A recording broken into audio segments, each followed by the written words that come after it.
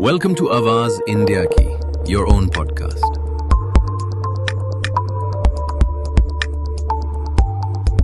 नमस्कार। आज हम एक काफी गंभीर विषय पर बात कर रहे हैं।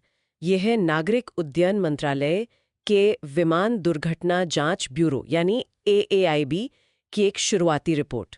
ये रिपोर्ट एयर इंडिया के बोइंग 787-8 विमान VTANB के बारे में है, जो 12 जून 2025 को अहमदाबाद में एक दुखद हादसे का शिकार हुआ। हमारे पास ये आधिकारिक प्रारंभिक रिपोर्ट है और हाँ, ये बात साफ कर दें कि ये रिपोर्ट हम जैसा है वैसा ही पेश कर रहे हैं। बस इसके तथ्यों और जो शुरुआती विश्लेषण है उस पर ध्यान देंगे। हमारा काम है इसके निष्कर्षों को समझना और जैसा रिपोर्ट में भी लिखा है, जांच का मकसद सिर्फ भविष्य में ऐसे हादसों को रोकना है, किसी पर दोष लगाना नहीं। तो चलिए शुरू करते हैं। रिपोर्ट बताती है कि ये एयर इंडिया की उड़ान थी AI-171 अहमदाबाद से लंदन गैटविक जा रही थी और 12 जून 2025 को लगभग 0819 UTC मतलब भारतीय समय में दोपहर के करीब 1:39 पर टेक ऑफ के ठीक बाद ही ये विमान दुर्घटनाग्रस्त हो गया। विमान में 230 यात्री थे, 10 कैबिन क्रू और 2 पायलट। बहुत ही दुखद बात है कि सभी 12 क्रू सदस्य, 229 यात्री और जमीन पर मौजूद 19 और लोगों की इस हादसे में जान चली गई। ये विमान बोइंग 787-8 था, 2013 में बना था। हाँ, और इसके इंजन भी हाल ही में मतलब मई 2025 में बायां और मार्च 2025 में दायां इंजन बदला गया था। विमान की कुल उड़ान 40,868 घंटे की थी। ठीक ठाक इस्तेमाल हुआ था। अच्छा। रिपोर्ट में एक बात और ध्यान देने वाली है। कुछ न्यूनतम उपकरण सूची, जिसे MEL कहते हैं, उसके आइटम उड़ान के समय एक्टिव थे। MEL आइटम्स मतलब कुछ ऐसे उपकरण जो बहुत जरूरी नहीं माने जाते, वो शायद काम नहीं कर रहे थे, जैसे फ्लाइट डेक डोर का विजुअल सर्वेलेंस सिस्टम या एयरपोर्ट मैप फंक्शन। लेकिन नियमों के तहत इनकी तय सीमा होती है और ये सब उस सीमा के अंदर थे, तो उड़ान की इजाजत थी। ओके। और एक तकनीकी चीज का जिक्र है। FAA, जो अमेरिका की एजेंसी है, उसने 2018 में एक खास एयरवर्थनेस सूचना बुलेटिन SAIB जारी किया था। ये फ्यूल कंट्रोल स्विच के लॉकिंग फीचर के बारे में था कि वो शायद कभी-कभी अपनी जगह से हट सकता है, और इसका डिजाइन B787 वाले स्विच जैसा ही था। तो क्या एयर इंडिया ने इस पर कुछ किया? एयर इंडिया का कहना है कि क्योंकि ये SAIB सिर्फ सलाह थी, अनिवार्य नहीं थी, तो उन्होंने वो सुझाए गए निरीक्षण नहीं किए। पर रिपोर्ट में ये भी साफ लिखा है कि इस विमान पर 2023 के बाद से फ्यूल कंट्रोल स्विच से जुड़ी कोई खराबी दर्ज नहीं हुई थी। चलिए अब दुर्घटना के क्रम को समझते हैं। फ्लाइट रिकॉर्डर मतलब EFR डेटा क्या बताता है? टेक ऑफ सामान्य था। हाँ बिल्कुल, टेक ऑफ रूल सामान्य रूप से शुरू हुआ। V1 स्पीड यानी 153 नॉट्स और VR स्पीड 155 नॉट्स पार की और 8:08:39 UTC पर विमान हवा में उठा। सब कुछ नॉर्मल लग रहा है। फिर टेक ऑफ के सिर्फ 3 सेकंड बाद लगभग 8:08:42 UTC पर, जब विमान करीब 180 नॉट्स की स्पीड पर था, जो उसकी उस समय की अधिकतम दर्ज स्पीड थी, तभी पहले इंजन 1 का और फिर ठीक 1 सेकंड बाद इंजन 2 का fuel cut off switch run position से कट ऑफ पोजीशन में चला गया। क्या मतलब इंजन बंद करने वाला स्विच अपने आप? हाँ, और कॉकपिट वॉइस रिकॉर्डिंग में भी इसका जिक्र है।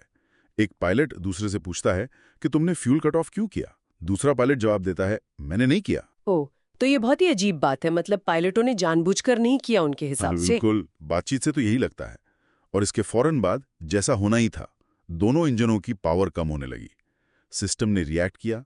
रैम एयर टर्बाइन, जिसे RAT कहते हैं, वो इमरजेंसी पावर के लिए होता है, वो डिप्लॉय हो गया। इसके बाद वो फ्यूल कट ऑफ स्विच वापस रन पोजीशन में लाए गए। पहले इंजन 1 का, फिर इंजन 2 का। अच्छा, वापस रन पर कर दिए गए। हाँ, और इंजन के दोबारा चालू होने के मतलब रीलाइट के कुछ संकेत भी मिले रिकॉर्डर में। लेकिन फ्लाइट रिकॉर्डर की रिकॉर्डिंग 8:09:11 UTC पर बंद हो गई। और बंद होने से ठीक पहले? बंद होने से बस कुछ सेकंड पहले 8:09:05 पर एक मेडे कॉल की गई थी। तो स्विच वापस रन पर लाए गए। इंजन ने शायद थोड़ी कोशिश भी की, लेकिन तब तक बहुत देर हो चुकी थी। लगता तो यही है। विमान ऊंचाई खोता रहा वो हवाई अड्डे की बाउंड्री भी पार नहीं कर पाया और रनवे एंड से करीब 0.9 नॉटिकल मील दूर बीजे मेडिकल कॉलेज हॉस्टल की इमारतों से टकरा गया। मलबे की जांच से भी कुछ चीजें पता चली हैं। विमान करीब 8 डिग्री नाक ऊपर की स्थिति में और पंख लगभग लेवल रखते हुए टकराया। फ्लैप हैंडल 5 डिग्री पर मिला, जो सामान्य टेक ऑफ सेटिंग है। लैंडिंग गियर का लीवर डाउन पोजीशन में था। थ्रस्ट लीवर्स मतलब इंजन पावर कंट्रोल, वो निष्क्रिय यानी आइडल पोजीशन के पास मिले, लेकिन ये थोड़ा कंफ्यूजिंग है क्योंकि फ्लाइट रिकॉर्डर डेटा दिखा रहा था कि वो टक्कर तक आगे की तरफ थे, मतलब टेक ऑफ थ्रस्ट पर सेट थे। और वो फ्यूल कंट्रोल स्विच वो किस पोजीशन में मिले? वो रन पोजीशन में पाए गए, मतलब उन्हें वापस रन पर कर दिया गया था और वो उसी स्थिति में थे। जांच अभी कहां तक पहुंची है? रिपोर्ट के मुताबिक मलबा सुरक्षित कर लिया गया है। फॉरवर्ड EFR मतलब फ्लाइट डेटा रिकॉर्डर से डेटा मिल गया है और उसका विश्लेषण चल रहा है। ईंधन के सैंपल लिए गए थे, वो ठीक पाए गए। गवाहों के बयान भी दर्ज किए गए हैं। जांच अभी जारी है और फिलहाल इस शुरुआती रिपोर्ट के आधार पर B787 ऑपरेटर्स या निर्माताओं के लिए कोई नई सेफ्टी रिकमेंडेशन जारी नहीं की गई है। तो अगर हम इस प्रारंभिक रिपोर्ट को देखें तो मुख्य बात क्या निकल कर आ रही है? एक सामान्य टेक ऑफ हुआ, उसके फौरन बाद पता नहीं क्यों दोनों इंजनों के fuel cut off switch cut off हो गए। पायलट कह रहे उन्होंने नहीं किया। स्विच वापस रन पर लाए गए। इंजन ने शायद फिर से शुरू होने की कोशिश की, लेकिन विमान ऊंचाई नहीं बना पाया और क्रैश हो गया। ये शुरुआती तस्वीर है। हाँ बिल्कुल, और यहीं पर सबसे बड़ा सवाल है जिस पर आगे की जांच फोकस करेगी। ये fuel cut off switch run से कट ऑफ में गए कैसे? क्या ये अनजाने में हुई कोई मानवीय भूल थी, किसी तरह पायलट से गलती से दब गए, या फिर वो जो FAA का SAIB था उसे ध्यान में रखते हुए क्या कोई अनदेखी तकनीकी दिक्कत थी, कोई मैकेनिज्म फेलियर, स्विच डिजाइन में कोई प्रॉब्लम जिसने उड़ान के इतने नाजुक मोड़ पर यह स्थिति पैदा कर दी? सही बात है। ये वो अहम सवाल है जिसका जवाब शायद पूरी जांच के बाद ही मिलेगा, जब सारे सबूत सामने होंगे। बिल्कुल। तो ये थी AAIB की प्रारंभिक रिपोर्ट का हमारा विश्लेषण। याद रखिए ये सिर्फ शुरुआती जानकारी है, पूरी तस्वीर जांच पूरी होने पर ही साफ हो। For more news, views and reviews, please like, share and comment. आवाज इंडिया की, your own podcast.